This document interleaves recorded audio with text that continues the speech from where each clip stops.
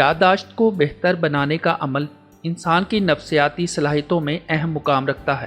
Neuro science اور تعلیمی نفسیات کی تحقیقات نے یہ ثابت کیا ہے کہ دہرائی جانے والی معلومات ہمارے دماغ میں مزید مستحکم اور دیرپا بن جاتی ہے۔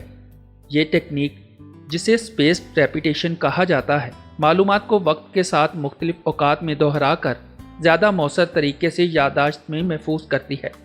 جب ہم کوئی نئی معلومات صبح سے شام تک بار بار دہراتے ہیں تو ہمارا دماغ اس معلومات کو مزید مضبوطی سے یاد رکھتا ہے۔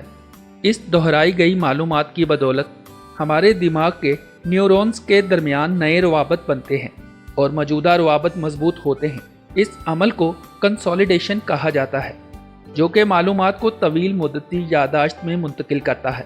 وقفے سے دہرائی جانے والی معلومات، جیسے کہ ایک دن، ایک ہفتہ اور ایک مہینے کے بعد دہرانا، اسپیسنگ ایفیکٹ کا حصہ ہے۔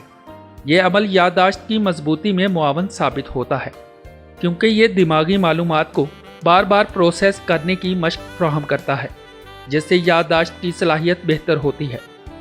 یادداشت کے اس عمل میں ریٹرائیول پریکٹس بھی شامل ہوتا ہے، جہاں انفارمیشن کو یاد کرنے کی کوشش کرنے سے دماغ کو اس معلومات کو مزید مؤثر طریقے سے یاد رکھنے میں مدد ملتی ہے۔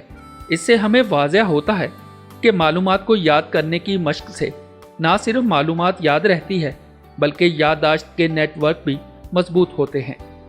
ان تحقیقات سے یہ بھی واضح ہوا ہے کہ باقاعدہ دہرائی جانے والی معلومات زیادہ دیر تک ہمارے ذہن میں محفوظ رہتی ہے اور ہمارے دماغ کو نئے علم کو اپنانے اور اسے استعمال کرنے میں مدد ملتی ہے۔